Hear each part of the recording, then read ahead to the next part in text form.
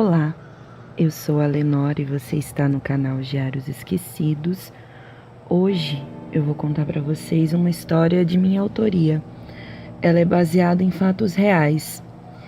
E eu já peço que, se vocês quiserem que eu continue com o meu trabalho, deixem um like, façam um comentário, porque isso ajuda muito e faz com que o meu canal seja indicado para mais pessoas.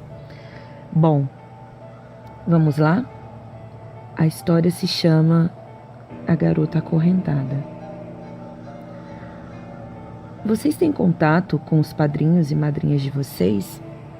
Para quem acredita, os padrinhos são simplesmente as pessoas a quem os pais confiariam os filhos em caso de falta. É curioso pensar que muitos de nós não temos mais contato com as pessoas que um dia foram tão importantes. Esse é o meu caso. Meus pais moravam distantes dos parentes maternos e paternos, o que fez com que escolhessem a sua própria família. Uma dessas escolhas foi a família de Vilma, um nome fictício. Minha madrinha, uma senhora mais velha que era adorável e se parecia com uma vovó atenciosa desses filmes clichê. Eu e minha irmã mais nova a chamávamos de tia Vilma.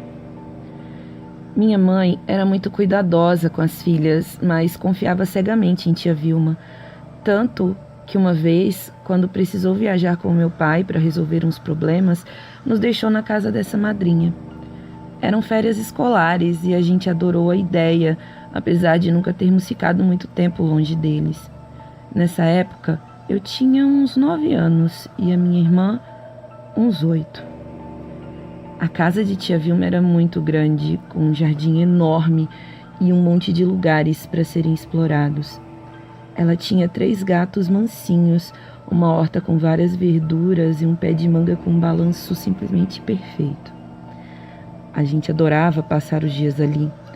As possibilidades de brincadeiras eram inúmeras, mas havia lá também um quarto lotado de brinquedos que haviam sido de sua filha mais velha. Eu vou chamá-la de Laura.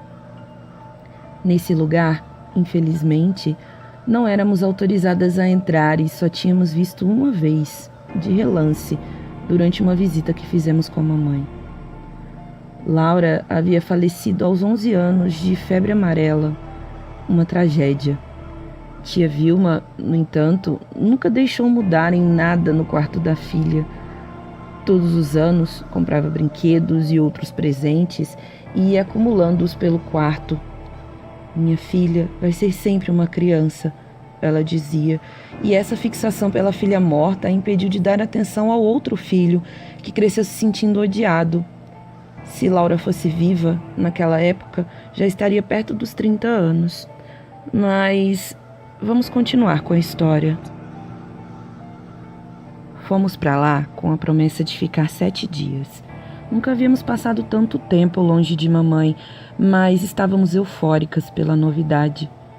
Minha madrinha não tinha netos, então adorava ter a gente por perto.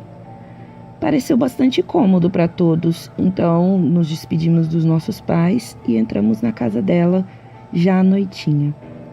Jantamos, tomamos banho e fomos dormir no quarto do filho dela, já que ele não morava mais ali. O quarto de Laura ficava ao lado. Depois de um par ou ímpar frustrado, eu acabei dormindo no colchão no chão e minha irmã na cama.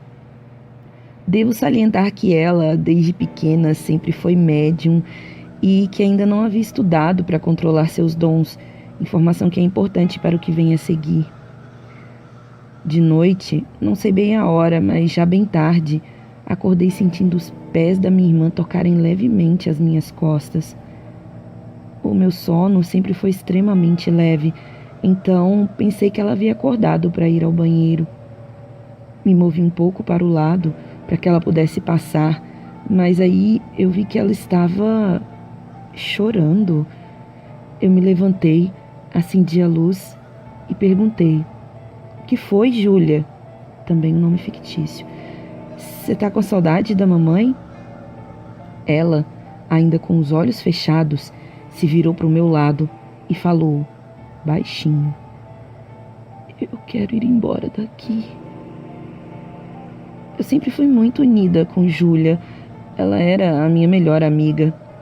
Como eu cresci acostumada com aquelas situações que eu julgava serem sonambulismo da parte dela, desliguei a luz, deitei do lado dela na cama e disse que cuidaria dela, que era para ela dormir para a gente brincar no outro dia. Quase que por mágica, ela obedeceu e dormiu. No outro dia, como sempre, ela não se lembrava de nada e ainda reclamou por estar apertando ela na cama. Eu mereci, né? Bom, brincamos loucamente pela casa, mas a curiosidade em entrar no quarto de Laura se tornou uma obsessão pra gente. Respeitávamos demais a tia Vilma para poder pedir isso pra ela, fora que se mamãe descobrisse era capaz de fazer a chinela cantar. Recomendou milhares de vezes que a gente nem tocasse no assunto, mas criança é bicho inquieto. Isso só deixou a gente ainda mais surtada e curiosa. O dia foi passando e acabamos nos esquecendo. À noite, novamente, Júlia tomou banho e foi para o quarto. A deixei sozinha ali e fui eu mesma banhar, porque já estava ficando frio e dificilmente tomaria banho depois. Não mais que 15 minutos depois, quando eu voltei, tomei um susto. A minha irmã estava no canto do quarto, com a cara virada para a parede, chorando alto, de soluçar mesmo. Fui chegando perto dela, mas quando encostei em seu ombro, ela gritou pausadamente: "Eu quero ir embora." O escândalo foi tamanho que tia Vilma subiu.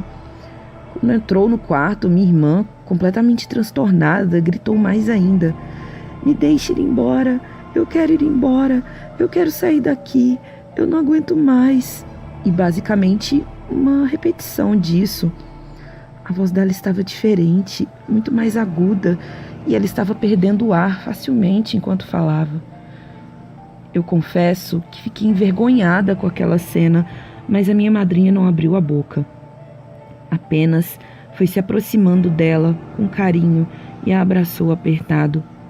Começou a chorar e eu continuava sem entender nada. Na hora, minha irmã voltou a si e novamente não se lembrou do que aconteceu. Tia Vilma continuou segurando-a tão apertado que ela teve que pedir para se soltar. Sem falar uma palavra, a tia saiu do quarto e a minha irmã ficou com a cara abobada, sem saber o que tinha acontecido. Alguma coisa me dizia que aquilo não estava normal, mas como já estava de noite, eu não quis mexer com as estranhezas de Júlia. Falei para irmos dormir, que era melhor que poderíamos fazer. Dormimos. Ela, bem mais rápido do que eu.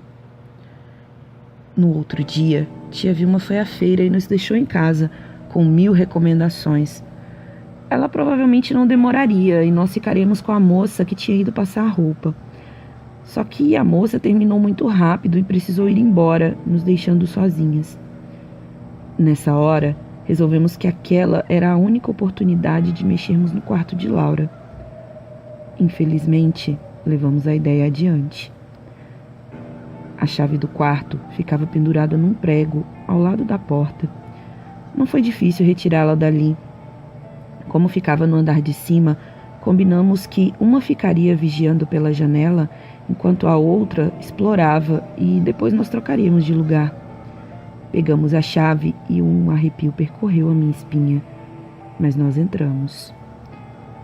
O quarto era bem iluminado por uma janela enorme, pela qual entrava uma grande quantidade de luz, mas o que chamou a nossa atenção mesmo foram os brinquedos. Devia haver ali mais de uma centena de ursinhos de pelúcia dos mais variados tipos, e para 2 crianças vindas de uma família que passava dificuldades, aquilo parecia um paraíso. O lugar, em si, tinha um leve cheiro de mofo, mas isso não nos incomodou. Continuamos a exploração. A cama estava intacta, com uma colcha rosa e travesseiros repletos de brinquedos. Para a gente, aquilo parecia um quarto de princesa. A princípio não tocamos em nada, até que cheguei em uma cômoda com uma gaveta.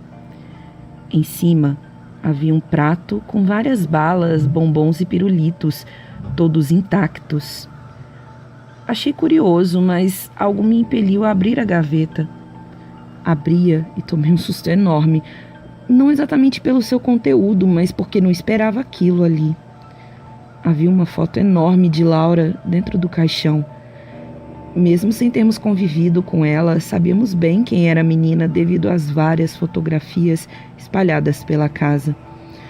Ao lado dessa foto, uma mecha enorme de cabelos lisos e pretos que julguei serem da menina morta e uma rosa seca que devia ser do seu caixão. Quando me virei para chamar a minha irmã, dei de cara com ela bem atrás de mim, calada, me olhando fixamente. Quase desencarno de susto, mas ela apenas disse: "Se ela descobrir que você mexeu nisso aí, vai virar uma fera, menina." Não dava mais para negar, aquela não era minha irmã. De repente, ouvimos o portão se abrindo e eu puxei Júlia pelo braço. Ela estava catatônica. Saímos, tranquei o quarto e corri para a sala ligando a TV. Ela ainda continuou sem falar nada, isso até a madrinha entrar. Quando tia Vilma entrou, cheia de sacolas, Júlia pareceu se assustar e voltou ao normal. Tia Vilma nos deu doces e frutas, contou histórias e achou ruim a moça não ter podido esperar mais um pouquinho para que ela chegasse da feira. Júlia passou o resto do dia calada, mas depois me contou o que aconteceu quando entrou no quarto. Assim que cruzou a porta, viu uma menina encolhida no cantinho do local, de costas para a gente. Quando nos viu, a aparição da menina levantou e foi para o lado de minha irmã, e aí ela não se lembrou de mais nada. Creio que deva ter sido no momento em que tudo aconteceu. As visagens a assustavam, mas ela disse que a menina não parecia ser má e que, portanto, não teve medo. Aquela menina era Laura, e ela só voltou a si quando já estávamos na frente da TV. Bem, e quem disse que eu consegui dormir naquela noite? Fiquei rolando no colchão até que ouvi passos no corredor. Ao lado da porta, no quarto de Laura, ouvi um choro baixinho de tia Vilma. Ela destrancou a porta e entrou. Pensei que ela estava passando mal ou algo do tipo, então me arrisquei a sair e tentar ouvir algo. Sim, mais do que medrosa, eu era curiosa, e quem já foi criança sabe que a gente toma as piores decisões. Com o ouvido colado na porta do quarto, ouvi a tia dizer: "Filha, perdoa a mamãe, mas eu não estou pronta para te deixar ir." Nessa hora, minha irmã deu um grito no quarto, um grito agudo que quase me matou de susto. Tia Vilma saiu tão apressada do quarto de Laura que nem me viu correndo para me esconder no banheiro. Acabei ficando lá por um bom tempo. Quando finalmente resolvi voltar ao quarto onde dormíamos, vi uma das cenas mais bizarras de minha infância. Tia Vilma estava ajoelhada, agarrada aos pés da minha irmã. Júlia estava transtornada e gritava: "Me deixa ir embora! Me deixa ir embora! Me deixa ir embora!" Enquanto se debatia. Quando ela me viu, gritou e acabou desmaiando. Eu quase tive um infarto ao ver a minha irmã daquele jeito, mas, infelizmente, não foi a primeira vez que vi algo assim acontecer com ela. Tia Vilma pegou-a no colo e colocou-a na cama. Apenas me olhou de cima a baixo, secou as lágrimas com uma das mãos e correu para o primeiro andar. Ouvi que ela estava ao telefone. Enquanto isso, Júlia se debatia na cama. Ela parecia estar acorrentada, algemada, por mais que não estivesse, e revirava os olhos. Eu estava com muito medo dela estar morrendo, sei lá. Era muito criança e não entendia nada daquilo. Queria desesperadamente a minha mãe. Enquanto ela estava naquela agonia, ouvi uma movimentação na sala depois de cerca de 20 minutos. Em poucos segundos entrou no quarto uma senhora com a roupa toda branca e vários colares no pescoço, que depois eu descobri que, na verdade, se chamam guias. Assim que ela pisou no quarto, deu um suspiro profundo. Se recurvou como uma pessoa bem velhinha. Tia Vilma deu uma cadeira para ela se sentar e ela parecia muito nervosa, falando com a voz de uma pessoa muito simples. Se virou para minha irmã, que parecia ainda mais agitada, e falou: "Filha, você está livre para ir. Ninguém mais te amarra nessa terra. Deixa a irmãzinha, que não tem nada com isso." Ela deu um estalo com o dedo e minha irmã acordou. A senhora de roupa branca então se voltou para minha madrinha e disse: "Ela foi. Eu quebrei as correntes. Agora a gente precisa acertar umas coisas." Na porta, tia Vilma começou a chorar desesperadamente e eu estava em pânico. Júlia olhava para aquilo muito confusa, mas estava tão cansada que praticamente desmaiou de sono na mesma hora.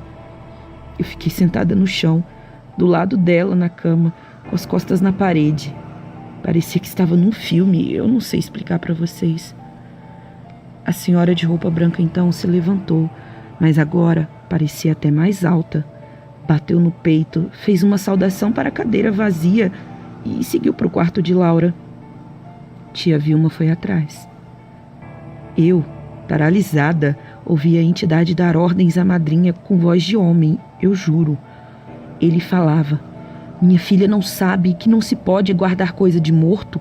Junta o que foi do corpo dela e enterra no cemitério. Vivo não pode se agarrar em morto. Sua casa está cheia de corrente, minha filha." Daí em diante, eu não me lembro de mais nada. Não sei nem como fui dormir. Quando amanheceu, eu estava no colchão e Júlia já estava levantada. Estava no balanço. Me levantei e minha cabeça estava meio leve, eu não sei explicar. Tia Vilma me viu sair e não falou nada comigo. Respeitei o seu silêncio e desci. À tarde, já não havia mais nada dentro do quarto de Laura. Não sei dizer a vocês qual a religião daquela senhora ou como tudo aconteceu, e confesso que havia me esquecido desse episódio, me lembrando quase 20 anos depois, com um gatilho que eu prefiro não mencionar. Aquelas palavras me ecoam ainda na cabeça. Não se pode guardar coisa de morto. E pesquisando, descobri que tem muita gente viva que obsedia pessoas mortas. A gente pensa que é só o contrário, mas não é. Tia Vilma não conseguia deixar a filha partir porque não aceitava sua morte. Isso fez com que a menina vivesse por anos trancada na casa, amedrontada, literalmente acorrentada pelas mãos e pelos pés naquele quarto. Olho para trás e sinto pena de Laura. Conversei com minha irmã e, obviamente, ela ainda não se lembra de nada. Os dias restantes percorreram sem quaisquer problemas. Foi como se tudo tivesse sido apenas um pesadelo. Minha mãe voltou e tia Vilma só nos fez elogios. Olhando para mim, percebi que ela queria que eu deixasse aquela história em segredo e foi exatamente o que eu fiz. Minha mãe não sabe de nada disso até hoje. Cerca de 10 anos depois desse acontecido, minha madrinha morreu e gosto de pensar que ela agora está com Laura. Aquilo me deu uma lição para o resto da vida. Não prenda os mortos, ou eles também se prenderão a você. Bom, fim. Essa é a história. Eu espero que vocês tenham gostado.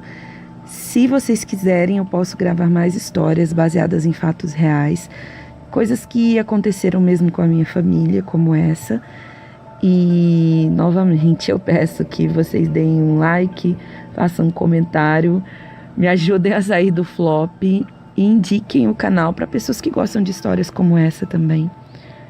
Obrigada e tchau, tchau.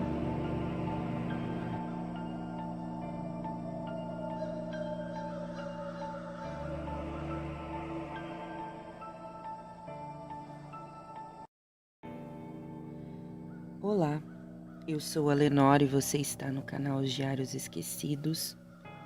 Hoje eu vou contar para vocês mais uma história que me enviaram no e-mail. De acordo com quem me enviou, essa é uma história real.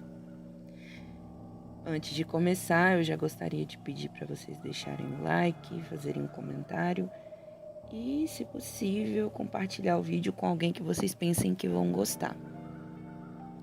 Bem, Vamos lá? A exumação. Todos nós temos algum medo na vida. Acho que não existe uma única pessoa que não tenha medo de alguma coisa, e com minha irmã Eulália não era diferente. Eulália sempre dizia em casa que o que ela mais temia, o que mais dava medo a ela era ser enterrada viva. Minha irmã tinha pavor só de imaginar que pudesse acontecer isso com ela. Tinha tanto pavor disso que vivia pedindo para que no dia que ela morresse, todos da família tentassem acordá-la, dessem uns tapas nela para que tivéssemos certeza de que ela realmente estava morta. Mas isso era visto como um xiste, uma brincadeira de Eulália, mesmo porque ela era jovem, não estava doente, então não fazia sentido conversar sobre morte de maneira séria. Mas ela sempre falava, sempre lembrava, e esse medo de Eulália virou até motivo de gozação e tiração de sarro entre todos nós da família. Nós achávamos aquilo tudo um absurdo, mas ela não falou uma vez. Ela falava isso sempre, e vivíamos sim tirando sarro dela com essa história.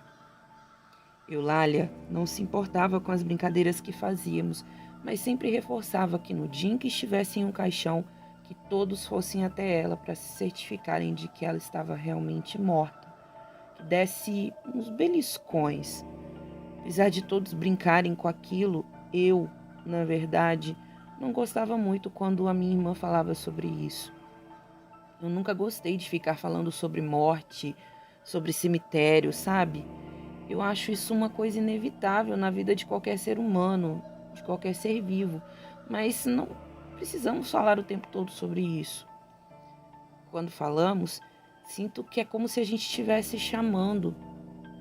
O que vocês acham? Eulália, minha irmã mais nova e a única solteira e por esse motivo ainda morava com os nossos pais, dizia que não queria se casar pois era muito sistemática, o que é uma palavra bonita para chata. As manias dela se destacavam, principalmente com esse negócio de limpeza de casa, que nunca ficava arrumada, sabe? Ela dizia não se ver como escrava de homem. E todo mundo aceitou, afinal, era o desejo dela.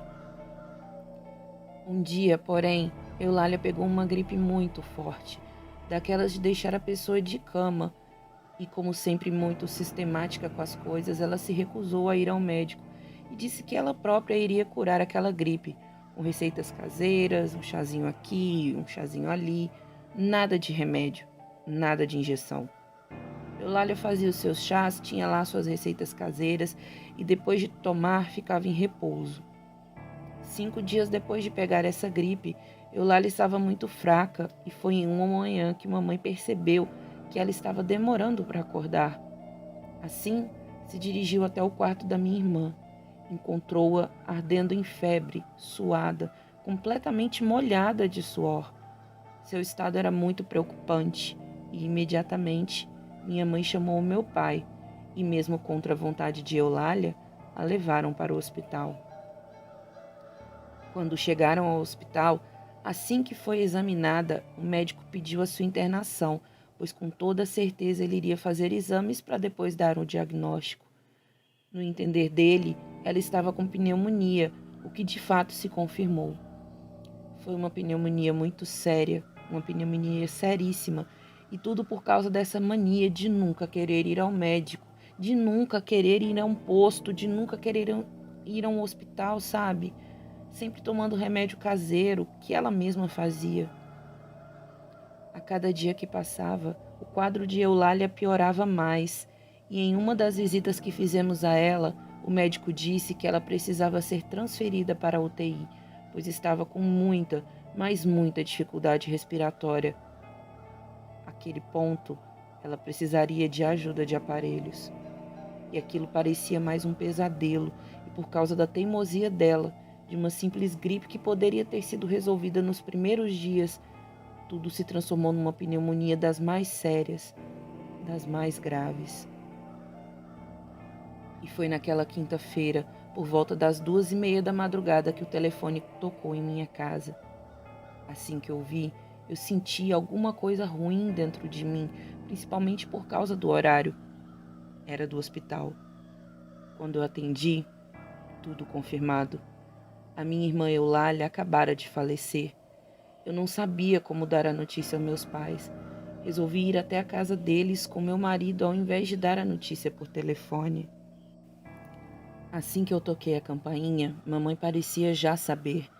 Ela saiu ao meu encontro, veio correndo, chorando. A Eulália morreu, não morreu, filha? A Eulália morreu, não morreu? Mãe, calma, calma. Espera um pouco, mãe, eu vou explicar. Não, não, pode falar. Eu tive um pressentimento. A Eulália morreu, não morreu? É, mãe. Me ligaram lá do hospital. A senhora tem que ser forte. O papai tem que ser forte. Realmente, a Eulália teve 2 paradas respiratórias. E, infelizmente, ela não resistiu, mamãe. Aquela madrugada foi de choro, de lágrimas, de tristeza para todos nós. De alguma maneira, nos sentíamos culpados por não termos forçado Eulália a ir para o hospital para procurar um médico, mas também não tínhamos a menor noção de que aquela gripe acabaria resultando em sua morte. Estávamos desolados, não tínhamos forças para nada. Meu marido foi quem cuidou de tudo para a liberação do corpo de minha irmã, juntou toda a papelada para o funeral e isso demorou muito. O corpo dela finalmente foi liberado para ser velado e sepultado. Então, eu me aproximei de seu caixão, como quem ainda tem um pouco de esperança de que aquilo tudo não passava de um susto, de um episódio de catalepsia, sei lá. Fiz o que minha irmã sempre pediu. Coloquei a minha mão debaixo do véu e belisquei primeiramente aqui, na altura da costela. Dei 3 beliscões, pedi para que ela acordasse. Eu belisquei mesmo, sabe? Apertei forte. Fiz o que ela sempre pedia, mas ela não acordou. Então, eu disfarçadamente coloquei a minha mão sobre a mão dela, e aí foi na mão dela mais alguns beliscões. Acorda, acorda, minha irmã, vamos, acorda. A comoção tomou conta de todos. Meu marido, inclusive, me afastou dali, me abraçou. Disse que aquilo não adiantava nada, e todo mundo ficou meio que horrorizado de eu ter feito aquilo. Mas eu me lembrava. As pessoas ali também lembravam, mas só que ninguém teve coragem. Eu não quero ser enterrada viva, era o que ela dizia, era o que ela falava. E eu fiz isso exatamente do jeito que ela pediu. Depois de ser retirada ali de perto do caixão, eu precisei tomar um calmante. Eu não pude, de verdade, nem acompanhar o enterro de minha irmã de tão emocionada que eu estava. Tudo estava acabado. Minha irmã velada, sepultada. Papai e mamãe nesse dia ficaram em minha casa. Eles não tinham condições de ficarem lá na casa deles. E tão logo eu cheguei, caí num sono profundo por causa daquele calmante que eu havia tomado no velório. Tive um sono sinceramente perturbado e acabei sonhando com a minha irmã. Nesse sonho, ela pedia desesperadamente: Cida, me tira daqui, Cida, vem logo. Está escuro demais e eu não estou conseguindo respirar. E eu então me debatia e me virava na cama. Meu marido inclusive chegou a me chacoalhar perguntando o que eu tinha. Então eu acordei gritando: Eulália, Eulália. E o meu marido me abraçou pedindo para que eu ficasse calma. Meus pais correram ali para o meu quarto, se assustaram com aquilo, enquanto eu gritava que nós precisávamos ir ao cemitério, nós precisávamos ir ao cemitério. A Eulália está viva. Ela está viva, ela está desesperada dentro do caixão. Ela está dizendo que está muito escuro lá. E de fato está mesmo, muito escuro. Ela não está conseguindo respirar. Vamos lá para o cemitério. Vamos rápido. Ela vai acabar morrendo sufocada dentro do caixão. Vamos lá, por favor, vamos lá. Meu marido e meus pais tentaram me acalmar. Diziam que aquilo era apenas um pesadelo. Eles me falavam que, na verdade, eu estava lembrando do que Eulália sempre dizia sobre ser enterrada viva. E eu fiquei com aquilo na cabeça e não achava que era um pesadelo. Eles ficavam tentando me acalmar o restante daquela noite, conversando comigo e dizendo que era para eu me conformar com a morte de Eulália. Não havia mais nada a ser feito. Estávamos com a certidão de óbito confirmando a morte dela por parada respiratória. E sendo assim, nada mais restava fazer. Aquilo tinha sido apenas mais um pesadelo. Os dias foram passando. Eu tive outros sonhos com Eulália e em todos ela me pedia para tirá-la daquele caixão, mas eu resolvi não falar mais nada, nem com meu marido, nem com os meus pais e nem com nenhum outro parente. Eulália. Sim, com o passar do tempo esses sonhos foram ficando menos frequentes e até o dia em que eles acabaram. Passados 3 anos da morte de minha irmã, o que é de praxe, o cemitério nos convocou para a exumação do cadáver. Sim, a exumação do cadáver da minha irmã para que fosse transferido para o ossário. Eu tremi nesse dia. Não sabia se eu queria assistir ou não à exumação do corpo de minha irmã, mas acabei concordando em ir ao cemitério para acompanhar o processo. Os coveiros começaram a cavar, tiraram toda aquela terra e então o caixão começou a aparecer. Eu fiquei tão nervosa que acabei me afastando um pouco. Estava sem coragem de ficar ali, até que retiraram o caixão do túmulo, já um tanto apodrecido, porém ainda mantendo a sua forma original.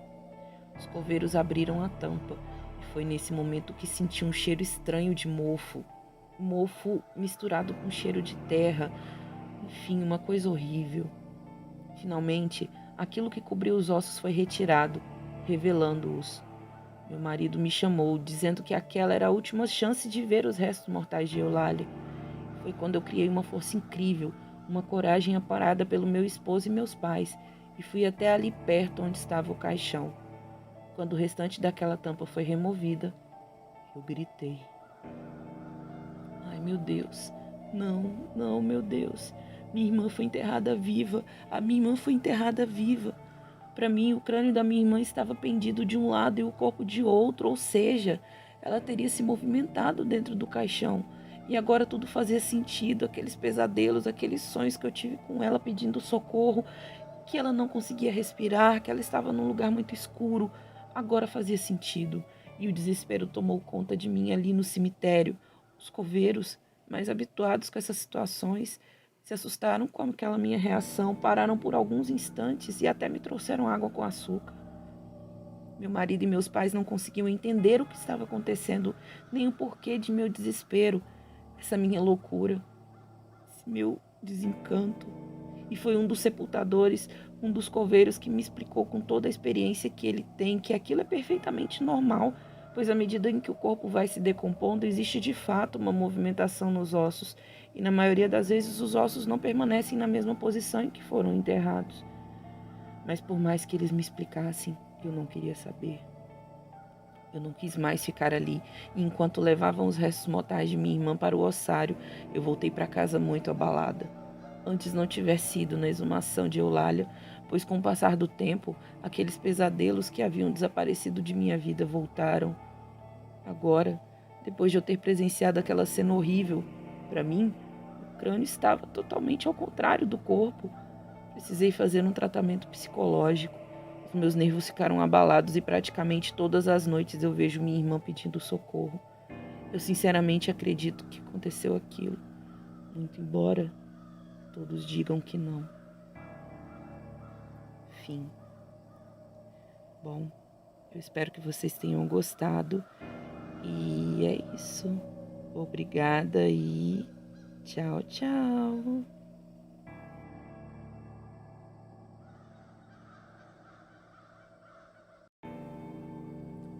Olá, eu sou a Lenora e você está no canal Diários Esquecidos. Hoje eu vou contar para vocês uma história real que foi enviada no e-mail. Se você também quiser que eu conte uma história sua, é só enviar pelo e-mail que está na descrição do canal, osdiariosesquecidos@gmail.com. Então, é diferente das creeps, né, normais, que as creeps elas são criadas, mas essa então, gente, é uma história real, certo? Bom, se você gosta do meu trabalho, deixe seu like, faça um comentário e recomende a alguém que possa gostar. Bem, vamos lá? A pensão. A história que estou prestes a contar pode parecer fantasiosa aos olhos de quem não a viveu, mas mesmo assim sinto que é meu dever contá-la. Vejo isso como uma homenagem a uma grande amiga, alguém que não está mais no mundo dos vivos. Fui proprietária de uma pequena pensão no bairro de Santana. Era uma pensão apenas para moças, mas meu marido queria muito que eu também alugasse quarto para rapazes. Eu até tentei, mas tive muito trabalho, pois eram bagunceiros, faziam muito barulho e não eram exatamente muito limpos. Fora que, quando começam aqueles namoricos e envolvimentos de rapazes e moças, pode virar bagunça. Então eu decidi transformar aquela casa, a minha pensão, aceitando apenas mulheres, de preferência as mais jovens. Todas as meninas que moravam ali trabalhavam fora, eram quietas, obedeciam à risca às normas da pensão e eram rigorosamente em dia com o pagamento do aluguel. Era uma residência de respeito. Eu zelava muito pela limpeza e boa aparência do local e as moças também ajudavam a manter tudo sempre limpinho. Elas eram para mim como se fossem filhas, como se nós fôssemos de uma família só, pois tínhamos uma ótima convivência. Muitas delas vinham de outros estados para tentarem a sorte em São Paulo, algumas inclusive iludidas, sabe? Com o que ouviam falar sobre o que seria a terra das oportunidades. E quando chegavam aqui, se deparavam com uma realidade bem diferente. Eu percebia que muitas daquelas moças ficavam tristes, sentiam falta de suas famílias e eu comovendo com suas histórias. Estava sempre ali junto com elas, tentando amenizar um pouco aquela dor, um pouco aquela tristeza, um pouco aquela saudade que sentiam por estarem tão sós em São Paulo e longe de suas famílias. Porém, entre todas as moças que moravam ali, tinha uma pela qual eu sentia um pouco mais de apego. Seu nome era Rosângela, uma moça de 24 anos de idade que veio do Maranhão para São Paulo, fugindo do seu marido. Ele era um homem bruto, um homem agressivo, que inclusive batia muito nela, a maltratava demais. E antes que o pior acontecesse, ela fugiu lá do Maranhão e veio para São Paulo. Rosângela era filha única e os seus pais já eram falecidos. Então, se sentindo muito só, se casou com aquele rapaz. Porém, depois que se casou, foi que percebeu que havia feito uma escolha muito errada. Quando chegou aqui em São Paulo, sempre notei que Rosângela era uma moça muito triste, muito assustada, e na pensão ela encontrou aconchego, encontrou amizade, encontrou carinho, e não só meu, mas como de todas as outras moças que moravam ali. Eu tinha um carinho muito especial por ela, e Rosângela também não media esforços para me agradar. Ela estava sempre ao meu lado, mesmo depois de passar o dia todo trabalhando. Sempre queria ficar me ajudando nos afazeres da pensão. E acabamos nos tornando mais que a dona da pensão e a pensionista. Nós nos tornamos amigas. Rosângela sempre dizia para mim que jamais sairia ali da pensão, que nunca ela deixaria aquele lugar, nunca. Ali ela se sentia em um verdadeiro lar, se sentia segura, se sentia amparada e tinha por mim, segundo ela mesma falava, um carinho tão grande como se eu fosse a sua segunda mãe. Foi aí que ela começou a me chamar de Mãezoca. E eu lembro como se fosse hoje, dia 16 de maio, aniversário de Rosângela. Ela estava completando 26 anos de idade, portanto, há 2 anos em São Paulo, há 2 anos ali, morando na minha pensão. 26 anos de idade, idade bonita, dia do seu aniversário, 16 de maio. E sem que ela soubesse, eu e as outras meninas que moravam ali planejamos fazer uma festinha surpresa para ela. Eu já havia comprado tudo para fazer um bolo bem bonito, bem gostoso. Comprei até bexigas para enfeitar a festa e como Rosângela era sempre a última a chegar, a última também a voltar do trabalho, daria tempo de organizarmos direitinho a festinha para ela. Com certeza, Rosângela ficaria muito feliz e emocionada com a surpresa. Eu não tinha dúvidas. Tudo já estava prontinho. Agora era só uma questão de tempo para Rosângela chegar e fazermos aquela surpresa pelo seu aniversário. Ela costumava chegar sempre por volta das 9 da noite, então ficamos na expectativa. 9 horas, 9h15, 9h30. Qualquer momento a gente sabia que ela iria chegar. As meninas todas ali preparadas e eu com aquele bolo que eu mesma fiz. Bem, deu 10 horas, 10h30. Ué, hoje ela atrasou, pensei. Hoje ela está atrasada. Quem me dera fosse só isso. Em determinado momento, eu e as outras pensionistas chegamos a pensar que ela havia saído com os colegas de trabalho. Nisso, a meia-noite chegou. Estávamos todos preocupadas, pois aquilo não era normal mesmo. Fora que, com certeza, ela avisaria. Ela me avisaria. Guardamos o bolo, os refrigerantes e fomos dormir. O dia amanheceu e ela não retornou. Algo de errado estava acontecendo, então liguei na empresa. Lá, ninguém sabia dela também. A recepcionista chegou a me dizer que nem sabiam que ela fazia aniversário e que tem certeza de tê-la visto saindo no horário habitual. Sem pensar duas vezes, fui à delegacia do bairro. Chegando lá, expliquei a história e o delegado me chamou em uma sala separada. Disse que uma jovem havia sido encontrada morta a 4 quilômetros da minha pensão, mas estava sem documentos e por isso não foi identificada. Por esse motivo, ela já estava no IML e pediu que eu e meu marido nos dirigíssemos até lá. Ainda lembro da sensação gelada que aquele local me passou. Um funcionário me conduziu até o local onde ficavam as gavetas e ele vagarosamente abriu uma delas. Quando retirou o lençol de sua cabeça, dei um grito surdo, tapado com uma das mãos. Era Rosângela. Era minha amiga, minha protegida. Minhas pernas bambearam e eu caí de joelhos sem saber muito bem o que pensar. Foi estrangulada, ele disse. Tão pequena, tão frágil. Enquanto fazíamos a festa, Rosângela perdia sua vida. Se tinha alguém que não merecia uma morte como aquelas, era ela. Mas agora não havia tempo para conjecturas e a polícia me informou que, de posse do nome da moça, conseguiu rastrear um possível suspeito que estava na rodoviária do Tietê, embarcando de volta para o Maranhão. Sim, o ex-marido dela, o que batia, que espancava, que maltratava, veio apenas para tirar a sua vida. Se vingou do abandono sofrido da pior forma possível. Cuidei de tudo para que Rosângela tivesse um enterro decente. Tão jovem, apenas 26 anos. Para mim, foi como se estivesse velando e sepultando minha própria filha.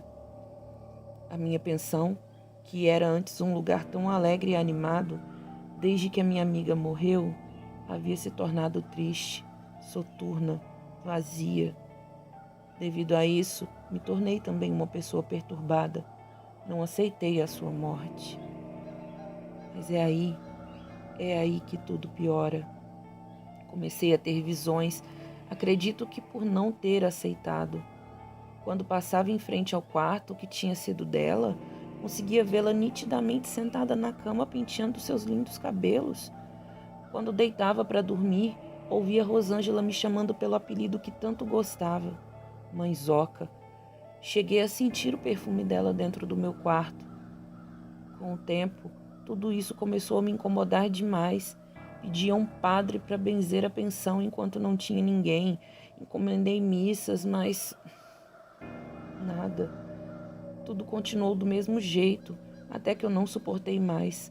Coloquei minha pensão à venda. As outras meninas que moravam ali se desesperaram. Não queriam que eu fosse embora, mas elas não sabiam a cruz que eu carregava. Naquele exato momento em que falava com elas, inclusive, conseguia ver o vulto de Rosângela passando para o quarto. Ou saía dali, ou enlouqueceria.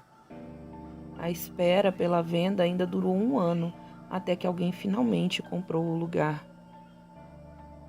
A despedida das meninas foi emocionante e a senhora que comprou o local prometeu que nada mudaria. Assim, saí de lá. Desde então, nunca mais vi, ouvi ou senti o perfume de minha amiga. Me lembrei que ela havia dito que jamais deixaria aquela pensão.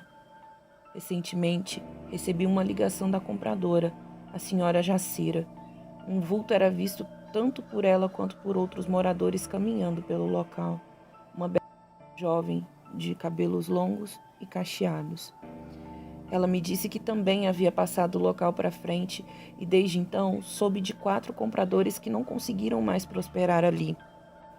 Hoje, depois de mais de 10 anos, o velho casarão da rua Egídio foi derrubado e no lugar foi construído um prédio de apartamentos. Já não existe mais uma pensão ou um lar para Rosângela. Pelo que sei, ela nunca mais foi vista. A única coisa que posso esperar é que ela esteja em paz, que tenha encontrado o caminho de luz e que não viva mais vagando pela terra, pois ela não merecia. Bem, esta é a minha história. Fim. Bom, eu espero que vocês tenham gostado. Se vocês ouviram algum piado aí, gente, é que as minhas calopsitas estão brigando lá na sala. Mas é isso, então deixe seu like, recomende o canal, faça um comentário. Obrigada e tchau, tchau.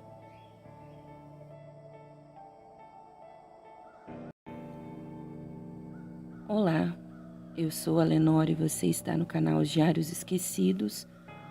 Hoje eu vou contar para vocês uma história real. Todas as informações acerca de fonte estarão na descrição do vídeo. Eu espero que vocês gostem, é uma história bonitinha, um pouco assustadora, mas é bem bonitinha. Bem, vamos lá?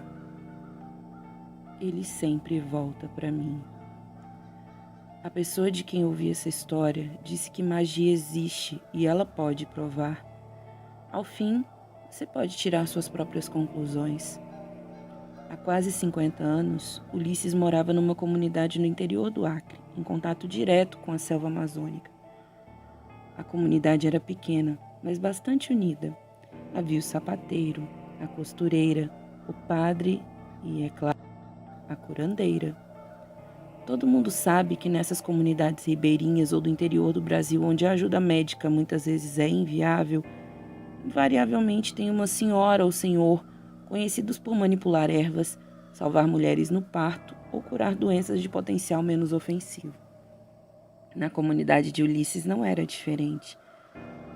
Havia a dona Joana, uma velhinha que sempre estava disposta a ajudar, embora as pessoas se negassem a dizer que procuravam por ela por medo de represálias do padre. Por muitos anos, desde que Ulisses era criança até sua vida adulta, dona Joana ajudava com uma leita, espinhela caída, dores de dente e outros males que acometiam os ribeirinhos. A própria família do rapaz já havia ido nela um par de vezes, sempre sendo muito bem atendida. Dona Joana não cobrava nada, mas recebia presentes se as pessoas insistissem muito. Desde pequena, ela já estava acostumada às pessoas virarem a cara quando ela passava, o que acabou fazendo com que ela ficasse conhecida como a bruxa. Quem é católico fervoroso sabe que esse tipo de reza não é bíblico, portanto é proibido pela igreja. Mas a bruxa não se importava, seu trabalho era por amor. Pois bem, os anos foram se passando e a bruxa, que já era idosa quando Ulisses era criança, ficou cada vez mais debilitada. Agora, ela não conseguia mais o seu sustento, que muitas vezes vinha da caça, pesca e das poucas coisinhas que ela conseguia plantar. Suas costas doíam e ela era sozinha no mundo. Por sentir fome, Dona Joana, que morava bem afastada no meio da mata, resolveu se aproximar da comunidade para pedir um pouco de comida. Infelizmente, muitos dos ingratos aos quais ela ajudou bateram a porta em sua cara, incapazes de fazer uma boa vontade, mesmo alguém que já havia sido tão boa com eles. Ulisses acompanhou de longe a velhinha, já fraquinha, sendo desprezada por muitos de seus vizinhos. Foi então que ela se aproximou da casa dele. Ulisses estava ralando mandioca para fazer farinha, quando Dona Joana chegou e disse: "Meu filho, você pode ajudar alguém que está com fome? Tem algo que possa me doar?" Sem pestanejar, ele respondeu: "Claro, graças a Deus nunca nos faltou comida e sempre cabe mais um. Espere que vou fazer uma cesta para a senhora." Nessa cesta, Ulisses colocou arroz, farinha, carne seca, açaí, buriti e cupuaçu. Dona Joana mal conseguia carregar, e foi então que ele se ofereceu para ir com ela à casinha da mata onde ela vivia. Ao chegar lá, ele disse: "Pronto, está entregue. E a senhora não precisa se preocupar. Toda semana virei trazer mantimentos para a senhora. Sua bondade já ajudou muita gente. Está na hora da senhora ser ajudada também." Com os olhos marejados, Dona Joana agradeceu. "Conte sempre comigo, filho." E assim, a amizade dos dois foi crescendo. Por 3 anos, Ulisses levava comida toda semana para Dona Joana, que começou a ser chamada por ele de Minha Mãe da Mata. Em uma dessas entregas, Ulisses foi recebido por um cachorrinho manco da patinha traseira. Dona Joana então falou: "Meu filho, achei esse inocente no meio do mato, mas acho que não consigo cuidar. Você quer ele para você?" Ulisses respondeu: "Ô, mãezinha da mata, quero sim. Já tenho vários lá em casa. Um a mais não vai fazer diferença." Pelo cachorrinho mancar, recebeu o nome de Saci. Com o tempo, Ulisses logo percebeu que Saci era diferente dos outros cães. Ele o seguia para cima e para baixo, dormia perto de Ulisses, subia em seu colo. Enfim, era muito amoroso. Não demorou para que se tornasse o xodó do rapaz. E assim foi por mais 5 anos. Um belo dia, Ulisses recebeu uma visita da sua mãe da mata. "Filho, estou doente e sinto que não vou mais viver muito tempo. Queria lhe agradecer por ter cuidado de mim. Por isso vim aqui dizer que vou usar minhas últimas forças para conceder um pedido a você. Tenha cuidado com o que for pedir." Ulisses pensou, e foi aí que Saci passou fazendo festa com Dona Joana. Sem pestanejar, ele falou: "Quero que o Saci fique comigo para sempre, que nunca, nunca, nunca me abandone." A senhora ficou pensativa e falou: "Olha, preciso ver se é possível. Em breve eu volto." E assim aconteceu. Dona Joana veio muito séria e falou com Ulisses: "Filho, recebi permissão de te ensinar isso. O negócio é o seguinte: sempre que o seu cãozinho estiver morrendo, olhe dentro dos olhos dele e diga, ordene que ele volte 3 vezes. E ele voltará todas as vezes que você pedir." Ulisses, mesmo sem acreditar muito, guardou essas palavras. Poucos dias depois, a sua mãe da mata faleceu e o enterro ocorreu com apenas ele, o coveiro e o cãozinho Saci. Anos depois, Ulisses se casou, sua esposa engravidou e tudo parecia correr bem. Um dia, ele saiu para caçar com Saci, como era de praxe, para botar carne na mesa. Porém, qual não foi a sua surpresa quando se deparou com um enorme porco do mato separado de seu rebanho. Como se sabe, esses bichos são ferozes e este não era diferente. Partiu para cima para atacar o jovem e foi prontamente defendido pelo cãozinho Saci. O porco fugiu, mas Saci ficou mortalmente ferido. Sabendo que seu amigo de 4 patas não viveria muito, ele correu com o cachorro para casa, pegou-o no colo, olhou fundo em seus olhos e ordenou com autoridade por 3 vezes: "Saci, volta para mim, volta para mim, volta para mim." Quase que instantaneamente Saci partiu. Ulisses mal aguentava respirar de tanta dor. Ele perdeu peso, entrou em depressão e passou dias e dias esperando que Saci ressuscitasse, pois via que era dessa forma que o feitiço funcionava. Uma das tardes em que estava na porta de sua casa esperando seu amigo voltar, viu, ao longe, um filhotinho de cachorro pequenininho olhando em sua direção. Ele pensou que estava tendo visões e, em estado de choque, até que do fundo de sua alma chamou: "Saci?" Instantaneamente o filhotinho veio para o seu lado correndo e abanando o rabinho. E pasmem, o cachorrinho tinha a mesma deficiência na mesma pata que tinha Saci. Nisso, ele pegou o filhote e correu para casa gritando: "O Saci voltou! O Saci voltou!" A esposa riu e disse que sabia de onde tinha vindo esse filhote. A cadela de seu vizinho tinha dado cria e ela avisou que um deles nasceu com um defeito na patinha. Ulisses sabia que precisava ficar com esse cãozinho Então foi pedi-lo ao vizinho, que não fazia muita questão de ficar com um bichinho deficiente. E foi assim que ele voltou, pela primeira vez. Saci viveu por anos, até a esposa de Ulisses percebeu que esse cão era igual ao outro finado Saci. Quando ele estava para morrer de velhice, Ulisses repetiu o ritual, ordenando que Saci voltasse. E ele voltou, pela segunda vez. Nessa época, Ulisses já morava na cidade quando um belo dia começou a ser seguido por um cachorrinho. Ele não tinha deficiência na pata, mas sim uma mancha branca enorme que cobria todo esse membro. Só podia ser um sinal. Além disso, ele também arrastava a patinha de vez em quando. Muito alegre, Ulisses disse: "É você, né, meu amigo? Eu sei que é você." E Saci voltou, pela terceira vez. Quando esse Saci estava morrendo de velhice, Ulisses repetiu o ritual.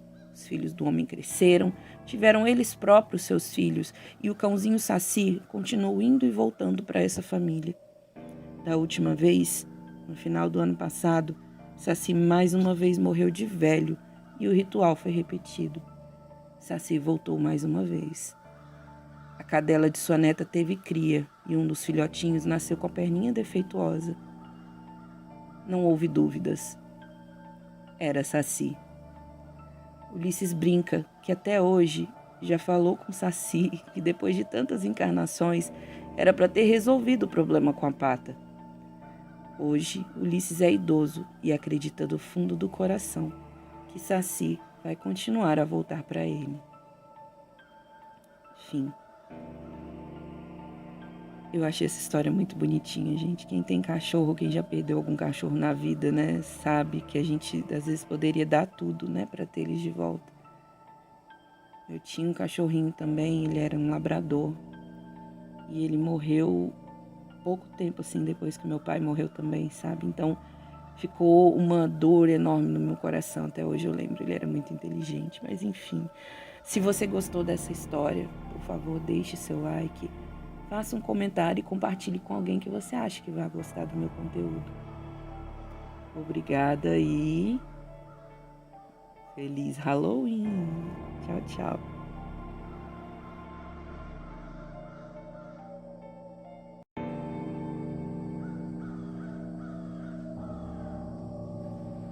Olá, eu sou a Lenore e você está no canal Diários Esquecidos. Hoje eu vou contar uma história bem pequenininha e ela é uma história real. Ela aconteceu comigo e eu não teria por que mentir aqui, é algo que realmente é um pouco intrigante e eu espero que vocês acreditem. E essa é especial para quem tem medo de criança assombrada, digamos assim. Bom, vamos lá? O menino Tinho. Não sei se já disse por aqui, mas eu sou professora. Dou aula desde os 18 anos de idade e já trabalhei em todos os segmentos, da educação infantil à educação de jovens e adultos, o EJA, desde o ensino público até hoje que estou no ensino privado. O caso que vou contar aconteceu em uma escola particular há mais ou menos uns 10 anos atrás e ainda me arrepio um pouco em lembrar. Eu trabalhava em uma escola privada e, na ocasião, estava ajudando a cuidar da turma do segundo ano da educação infantil. Nessa classe, para quem não conhece, as crianças têm por volta de 7 anos de idade e já estão acostumadas com rotina e com obrigações consigo e com os coleguinhas. Eu não dava aulas nessa turma na época, mas era época de festa junina e eu ajudava na decoração com bandeirinhas, enfim. A professora dessa turma precisou sair urgentemente e acabaram me colocando lá por alguns minutos. Entrei e apenas fiquei observando enquanto eles faziam uma lição de colorir, que também tinha o tema de festa junina. De repente, depois de alguns minutos, um garotinho lá no fundo me chamou a atenção. Ele conversava sozinho e estava num papo tão animado que nem me viu aproximar dele. Os outros colegas, pelo que percebi, deviam estar acostumados com aquela atitude porque nem deram bola para o menino. Quando o menininho me viu, ali, próximo dele, tomou um susto tão grande que pareceu ter sido pego em uma traquinagem. Então, reclinou a cabeça para baixo. Fiquei com pena do garotinho. Me abaixei perto da cadeira dele e falei: "Oi, moço, você está bem? Precisa de alguma coisa?" Ele levantou a cabeça lentamente e não me olhou nos olhos. O foco de visão dele estava em algo atrás de mim. Ele então balançou a cabeça como se concordasse com alguém afirmativamente. Então se voltou para mim e me disse, agora sim olhando nos olhos: "A moça de cabelo preto pediu para te falar que está com saudade de você." Eu devo ter feito uma cara muito estranha, porque ele deu um sorrisinho e voltou a pintar. Depois de um tempo em que fiquei completamente boquiaberta, finalmente perguntei a ele: "Que moça?" Ele riu de novo e disse: "Essa moça que entrou com você, a Alessandra." Obviamente, olhei para trás na hora e não vi nada. Foi mais instintivo, eu nem queria ter olhado. Eu não me liguei na hora, mas, de fato, conheci uma Alessandra quando fazia o ensino médio. Já tinha muitos anos que eu não a via, mas eu não sei dizer a vocês se ela já havia morrido, enfim. Ainda hoje eu não sei, pois nunca mais tive contato com ela. Nós perdemos o contato e nem nas redes sociais eu consegui encontrá-la. Naquela hora eu fiquei bastante pensativa. Quando me voltei de novo para o garotinho, ele ria sozinho, com a mãozinha na boca, tapando o sorriso. De repente, ele me falou baixinho, cochichando: "Tia, a senhora deve ser muito legal porque tem um monte de gente andando com você." E voltou a pintar como se nada tivesse acontecido. Subiu um frio imediatamente na minha espinha e eu resolvi deixar aquele rapazinho pintando. Depois de uns 5 minutinhos, uma menininha que sentava na frente e que aparentemente observou tudo, veio me falar, baixinho no ouvido: "Tia, não liga, o Tinho é assim mesmo, não gosta de brincar com ninguém e só fica falando sozinho." Depois, eu soube pela professora que o menino tinha alguns transtornos, mas eu prefiro não dizer quais são para não criar um estigma na doença dele. No fim da aula, o Tinho me entregou uma folhinha com um desenho. Nele, ele havia me desenhado com uma coroa na cabeça e um rosto triste, chorando. Atrás de mim, havia 4 figuras, 3 homens e uma mulher. Um dos homens era representado apenas por rabiscos pretos e estava com os braços em torno de mim, como se estivesse me abraçando por trás e falando algo no meu ouvido. Os outros 2 homens estavam sentados no chão, olhando para cima, e a mulher segurava minha mão. Sem uma palavra, Tinho sentou na sua cadeira e voltou a pintar a tarefa junina. Não preciso dizer que fiquei abismado o resto do dia e, inclusive, até evitei olhar para o garoto. Bom, depois de uns anos eu acabei me mudando de casa algumas vezes e nessa mudança eu acredito que acabei perdendo o desenho, mas não porque eu tenha jogado fora. Eu acredito que ele está guardado em algum lugar. Assim que encontrá-lo, eu atualizo o post e coloco um link para que vocês vejam. Não vou dizer que é um desenho incrível e muito detalhado, mas pelo menos para aquela ocasião em que o garotinho realmente nunca havia me visto, eu achei um tanto intrigante, vamos dizer assim. Fim. Bom, essa foi a minha história. Eu não sei se vocês sabem, mas dizem que as crianças elas têm muito mais facilidade para enxergar algumas coisas, principalmente coisas sobrenaturais. Se vocês conhecem alguma história com criança e queiram compartilhar comigo, escreva nos comentários porque eu adoro esse tipo de história e vou gostar muito de ler. Bom, é isso. Eu peço que você deixe um like, faça um comentário. Se conhece alguém que gosta desse tipo de história, recomende o meu canal. É uma forma fácil de valorizar o meu trabalho. E desse jeito você me ajuda então a sair desse flop eterno onde eu estou agora. Bom, é isso. Obrigada e tchau, tchau.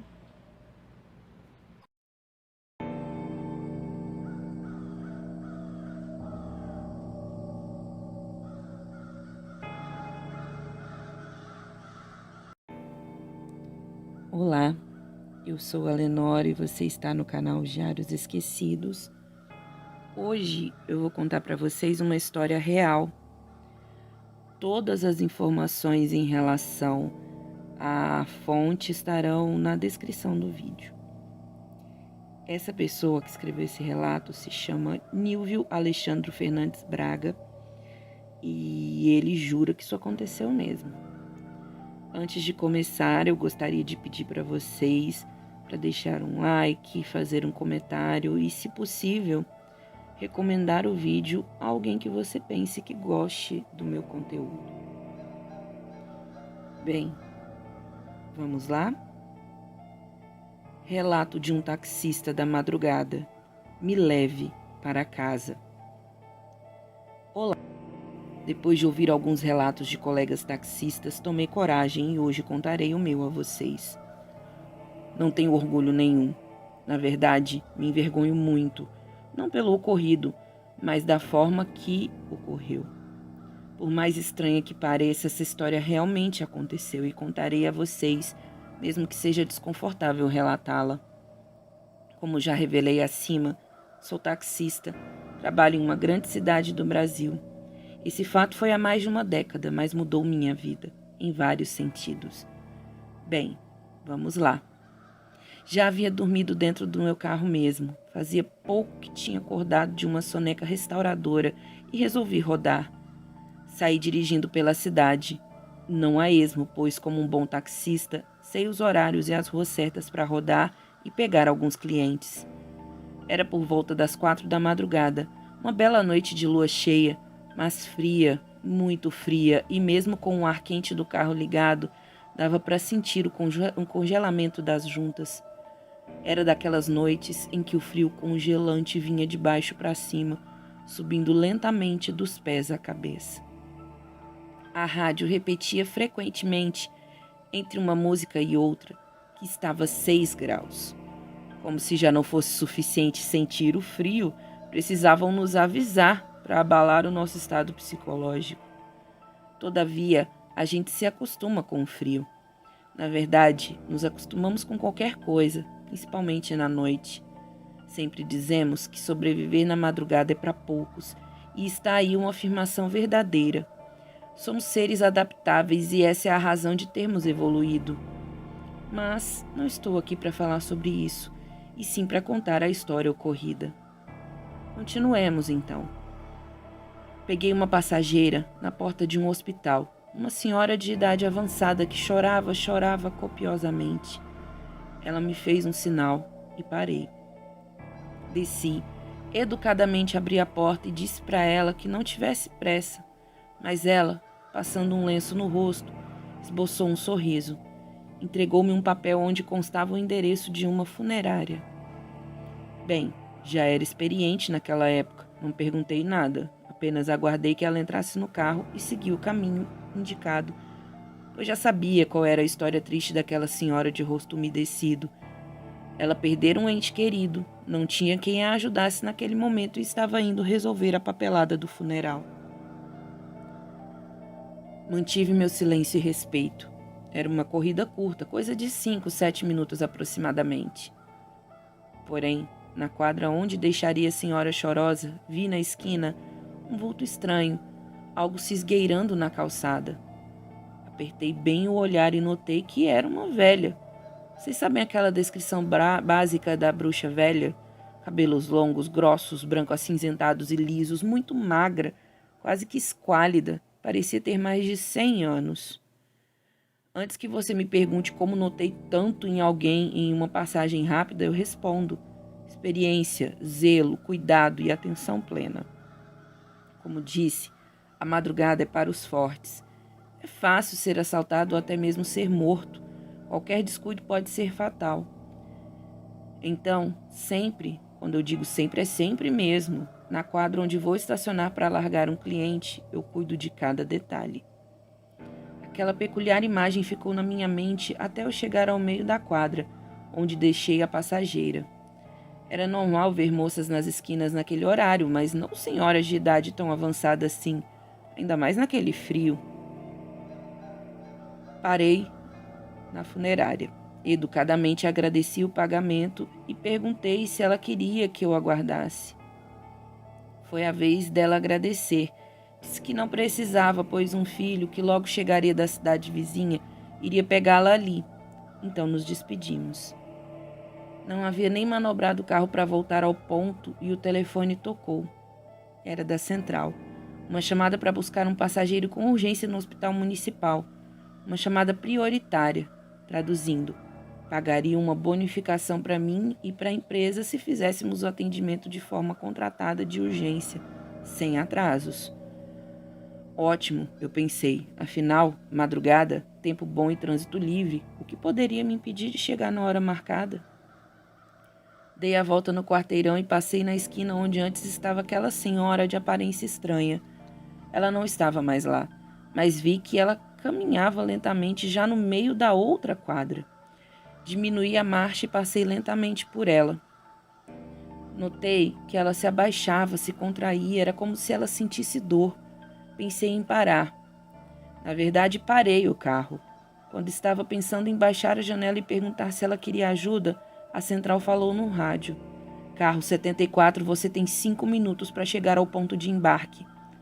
Olhei para aquela velha que agora me fitava com seus olhos estranhos e grandes, esbranquecidos e vazios, e sua boca retorcida e cheia de dentes amarelados. Parecia falar algo para mim, mas eu não escutei. Mas acho que ela falava casa. Jesus do céu, eu pensei. Ela parecia um zumbi. Lembrei de um amigo que costumava falar. Essa morreu e esqueceram de avisar. Ela parecia ter uns 200 anos. O que fazia ali naquele frio? Só podia ser maluca, não tinha outra explicação. Ainda não havia decidido se ela merecia minha ajuda quando o rádio bipou e lembrei da chamada prioritária. E eu não podia perder essa, pois fazia muita diferença no bônus de final de mês. Aquela senhora feia estava quase abrindo a porta quando engatei a marcha e rumei ao hospital onde me esperavam. Ainda consegui ver, ao olhar pelo retrovisor, a velha senhora encostada num poste bruxuleante. Ela olhava para baixo como se tivesse desistido de alguma coisa. Lembro de ter pensado. A vida dela parecia com aquela luz tremulante. Logo em uma daquelas apagadas, não voltaria mais. Lá no início, disse que não me orgulhava do que havia feito. Bem, agora já sabem um pouco porque eu senti vergonha de mim mesmo. Fui mesquinho, mas eu era assim, egoísta. Ou talvez tenha sido meu instinto de sobrevivência querendo me proteger. Até hoje, não sei. Então, segui meu caminho até o hospital e logo nem lembrava mais da velha feia. Cheguei ao ponto de embarque na hora ajustada. Veio ao meu encontro um rapaz com cara de poucos amigos. Me apresentei e ele apenas me pediu para que o levasse o mais rápido possível à funerária. Era na mesma a que eu acabara de levar a senhora chorona. Comentei o fato ao rapaz, que logo dizendo que provavelmente foi a mãe dele que eu havia levado. Fiz a descrição dela e ele confirmou que era ela. Me contou que o pai dele havia morrido há poucas horas naquele hospital onde os pegara e que tinha pedido para a mãe esperar ali, que era só o tempo de chegar, pois vinha de outra cidade. Não tinha carro. Pegaram um táxi de lá para cá. Mas a mãe dele sempre foi impulsiva e não esperava por ninguém, nem por ele. E ele fez um comentário sarcástico. Nem sei como ela deixou meu pai morrer na frente dela. E deu uma triste risadinha. Mesmo que o comentário tenha sido sem graça, até que foi bom, pois inicialmente eu o achei com cara de bravo, nervoso, mas depois vi que era um semblante de tristeza e preocupação. Me explicou que fez o que pôde, pois precisava ajudar a mãe nesse momento tão triste. Eu apenas consenti, balançando a cabeça para baixo e para cima, pois sei que os passageiros falam e falam, mas pouco querem escutar, ainda não mais em um momento de dor como aquele. Além de que, também nunca me importei com a dor dos outros. Como havia falado, eu já não lembrava da velha feia, mas ao entrar na rua da funerária, na hora me veio aquela imagem horrenda à cabeça. Quando passei pelo poste em que tinha visto da última vez, não a enxerguei ali. A luz que antes piscava, agora estava apagada. Será que aconteceu mesmo com a velha? E sorri com meu próprio sarcasmo. Porém, mesmo sem a luz da lâmpada, apenas com o luar, parecia haver uma impressão próxima daquele poste, como se uma mancha escura no ar, como se fosse uma sombra, uma parte mais escura que o escuro. Era estranho, muito estranho. Chegamos, me despedi do rapaz, dei meus pêsames e pedi para ele pegar leve com a mãe dele. Não sei porquê, mas resolvi falar. Se estava difícil para ele, imagina para ela, que era a esposa. Ele olhou firmemente para mim. Parecia que ia dizer, não se meta. Mas não. Vi que os olhos dele marejaram e ele forçou um sorriso e falou. Obrigado pelo conselho. Você tem toda a razão. E também vou te dar um, cara. Te cuida por essas noites da vida. Nunca se sabe quem anda nesse banco aí atrás. E se foi para dentro do prédio. Achei estranho aquele comentário, mas com certeza era verdadeiro. Manobrei e sorri com um canto da boca. Mas não era. Afinal, o telefone não tocou dessa vez. E também não daria o azar de ver aquela velha horrível se arrastando pela rua. Ou, quando passei pelo poste, um enorme susto. A lâmpada acendeu de repente, muito forte, firme, clara e, para surpresa maior ainda, aquela sombra escura que eu tinha notado antes era uma mulher. Mas não a velha grotesca, e sim uma linda jovem, toda de preto, com longos cabelos negros amarrados, que deixavam mais à mostra seu belo rosto branco, muito branco. Pensei, deve ser gótica, dark, sei lá o quê. Dessas que usam roupas pretas e não pegam sol. Ela fez sinal. Eu parei, claro. Ela veio sorrindo para o carro e eu também sorri. Até que, enfim, uma visão agradável depois de tantos passageiros chorosos e tristes. E pior, aquela assombração que havia visto por ali. Nada melhor que uma bela visão para esquecer uma feia. Cheguei a rir com a mudança, pois imaginava ver ali aquela senhora horrenda e não essa moça de aparência tão bela. Ela entrou no banco de trás, acendia a luz interior do carro. Ela sorriu, dentes brancos, grandes e alinhados.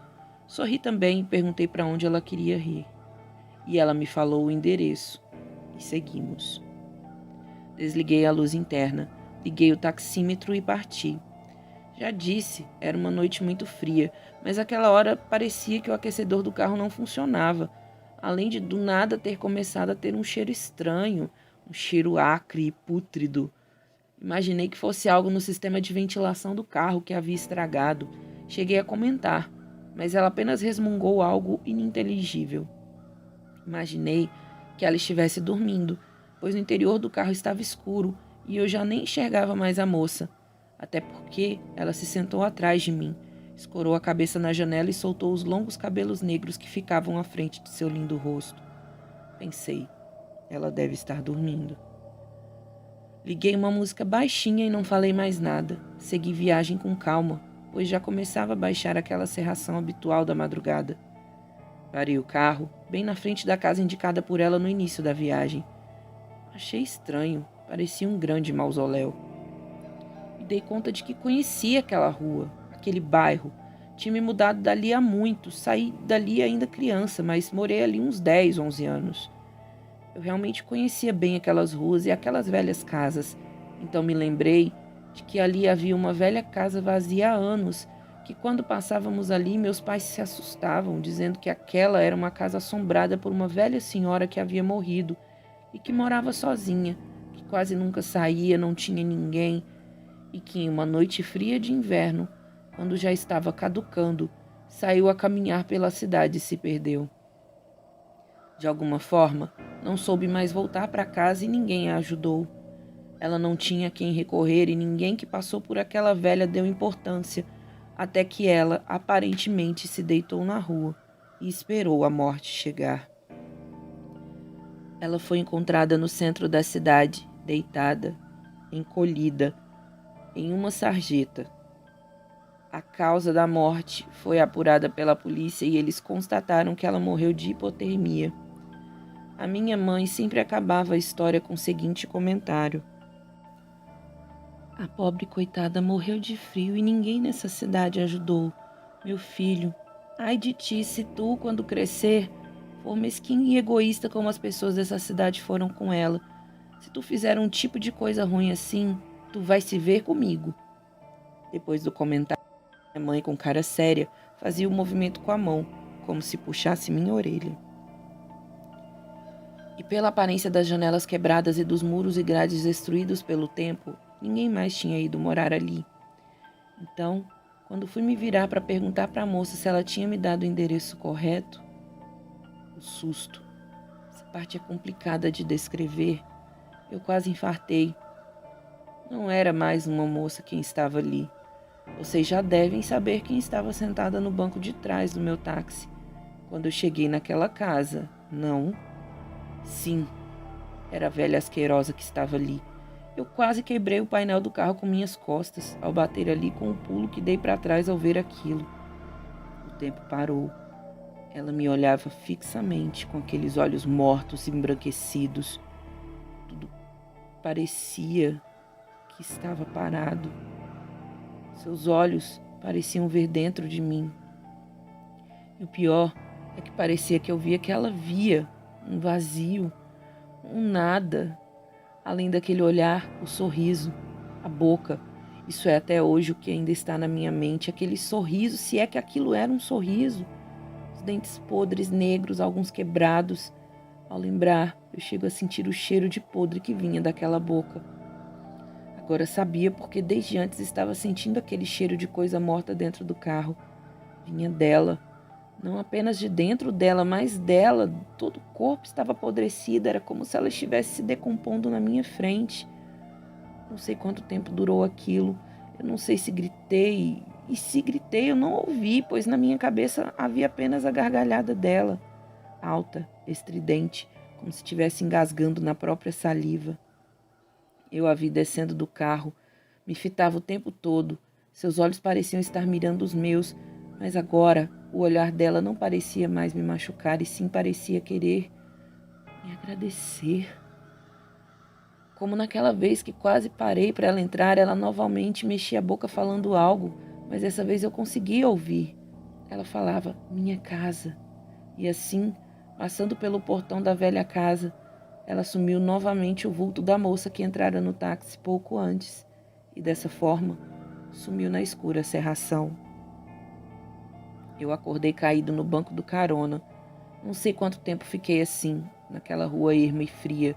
Meu pavor era tanto que apenas liguei o carro e saí o mais rápido que pude. Acabou. Acho que para ela sim, que finalmente foi levada para casa, mas para mim não acabou ali. Os anos se passaram e eu mudei muito após esse fato. Pode parecer uma história de louco. Eu mesmo me tratei com psicólogo e com psiquiatra por anos para entender o que realmente aconteceu, pois eu sei que aconteceu, mesmo com os médicos afirmando o contrário. Posso garantir a vocês, eu vi o rosto da morte e sei como ela é horrível. Eu sei o cheiro que ela tem e mesmo tendo deixado a mulher morta naquela casa abandonada, ela não me abandonou nunca mais. Aquele rosto permanece gravado, tatuado na minha mente. Mas mesmo assim, de toda a visão horripilante que tive ao olhar para ela, o mais horrível não foi a velha senhora se desmanchando, mas sim o vazio, o nada, o imenso vazio da morte que eu enxerguei através daqueles olhos mortos. Eu vi o outro lado e eu nunca mais conseguirei esquecer, por mais que eu tente. Amigos, somos todos passageiros nesta vida e quem sabe um dia serei eu a pedir essa última corrida. Então, sentarei no banco de trás de um táxi. Serei o passageiro de uma viagem que me leve para casa. Só espero que o motorista deixe que eu entre no carro. Fim. Bom, espero que vocês tenham gostado. Se gostou, novamente, me ajude a sair do flop. É isso. Obrigada. Feliz Halloween e tchau, tchau.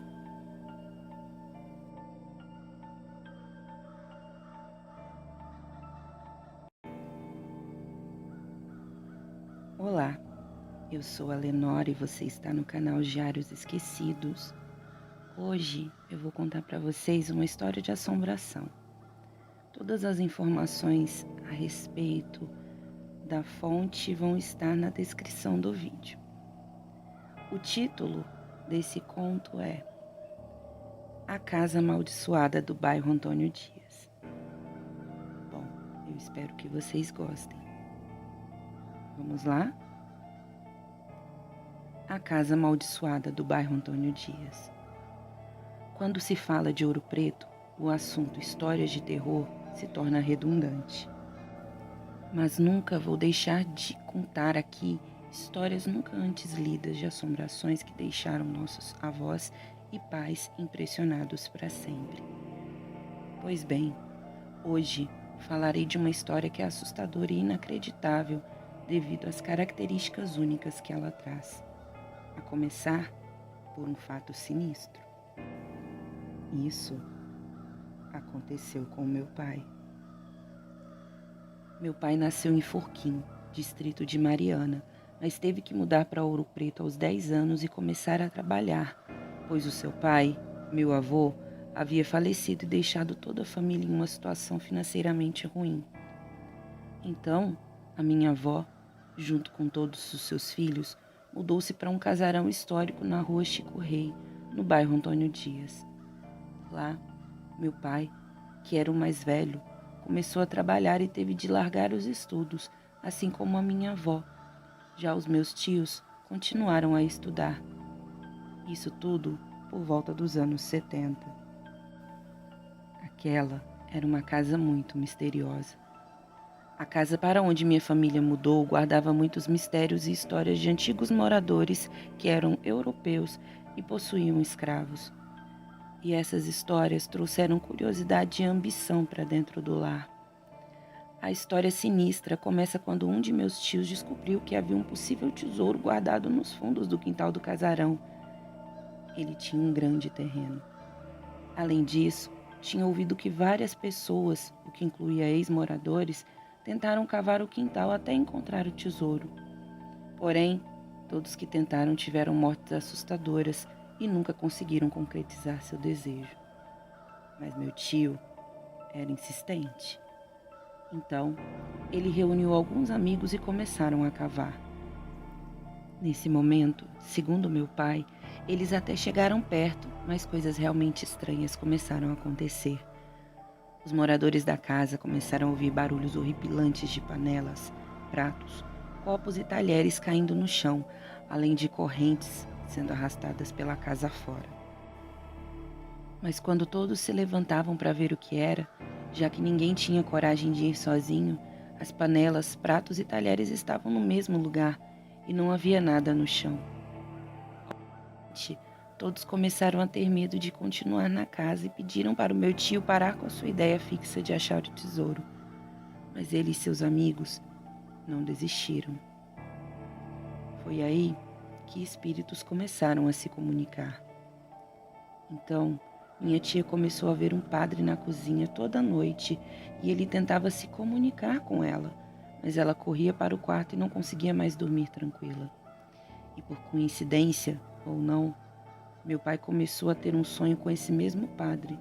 Já a descrição de minha tia batia com o que ele sonhava. E teve um outro sonho muito, mas muito sinistro. O sonho com o padre. Com o padre, meu pai sonhava que ele pedia para que meu tio não continuasse a cavar no local do tesouro, pois haviam vários espíritos de escravos que protegiam o local e que amaldiçoariam a todos que tentassem pegar o ouro. O padre também dizia ao meu pai que era para a família inteira ir embora da casa o quanto antes, pois ela iria desabar. Os dois cães. No outro sonho, meu pai tinha cachorros. Um gigante totalmente negro que estava preso e latia muito para um cachorro pequeno e totalmente branco que passava perto. Curioso era que o cachorro branco olhava para o cachorro negro com uma tranquilidade, exatamente por saber que ele estava preso e nunca conseguiria o atingir. E assim acabava o sonho. Meu pai sonhou repetidas vezes com isso e pedia todos os dias para o meu tio desistir de cavar o local. Meu tio, enfim, desistiu por medo de tudo que estava acontecendo na casa. E nesse momento, os barulhos das panelas e das correntes continuavam, além de agora ouvirem vozes, chibatadas e gemidos de dor também vindos da cozinha e do quintal do casarão. Meu tio começou a rezar e pediu para os amigos desistirem, mas eles continuaram. O lado mais trágico da história. Então, o pior aconteceu. Todos os amigos do meu tio morreram de formas absolutamente trágicas, envolvendo acidentes. O meu tio foi o único que não morreu, mas teve uma tuberculose repentina e ficou hospitalizado entre a vida e a morte. A minha avó, então, cansada disso tudo, decidiu sair da casa. Mas como ela e meu pai eram os únicos que trabalhavam e não tinham muito dinheiro, ela só conseguiu tirar um por um dos filhos, aos poucos. Meu pai ficou por último. Então, meu pai teve mais um sonho com o padre e dessa vez o mesmo disse para ele que saísse o quanto antes, pois a casa ia desabar em 3 dias. Depois desse aviso assustador e de todos os eventos sinistros, meu pai foi trabalhar dobrado e conseguiu alugar um quartinho para ele, perto de onde minha avó estava morando. E é assim que meu pai saiu do casarão, 3 dias depois, ele desabou. Exatamente no dia em que o padre disse ao meu pai que aconteceria. Depois de tudo isso, com bastante orações de todos, meu tio se recuperou totalmente da tuberculose e eles conseguiram alugar um lugar melhor para morarem juntos novamente. A percepção dos meus parentes em relação a este fato.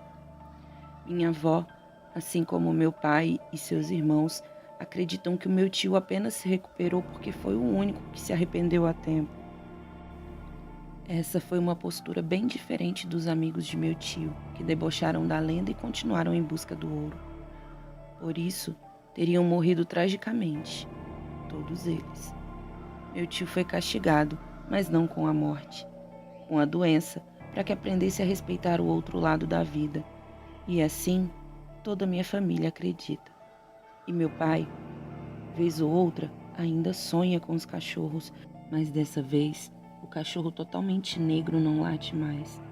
Está quieto dormindo e o branco está velando seu sono do lado de fora da grade. Eu, particularmente, sempre acreditei em energias, espíritos e no outro lado da vida, o plano espiritual. E crescer ouvindo essas histórias sempre me fez tirar excelentes lições. A maior dela, com certeza, é: respeite sempre o desconhecido e dê valor a essas histórias. Afinal, você nunca saberá o que poderá te acontecer. Tenha respeito por todos sempre. E oração nunca é demais. Fica a dica a todos. Fim. Bom, gente, a autora, que é a Gabriela Pinheiro, como eu disse, eu vou deixar, né, todos os dados em relação a esse relato na descrição do vídeo. Ela jura que é um relato verídico, né? Então, não sei se vocês acreditam ou não, né? A história está aí. Então, se vocês gostaram, deixe seu like, faça um comentário e recomende o vídeo para alguém que vocês achem que pode gostar, e assim vocês vão me ajudar a sair do flow. Bom, obrigada e tchau, tchau.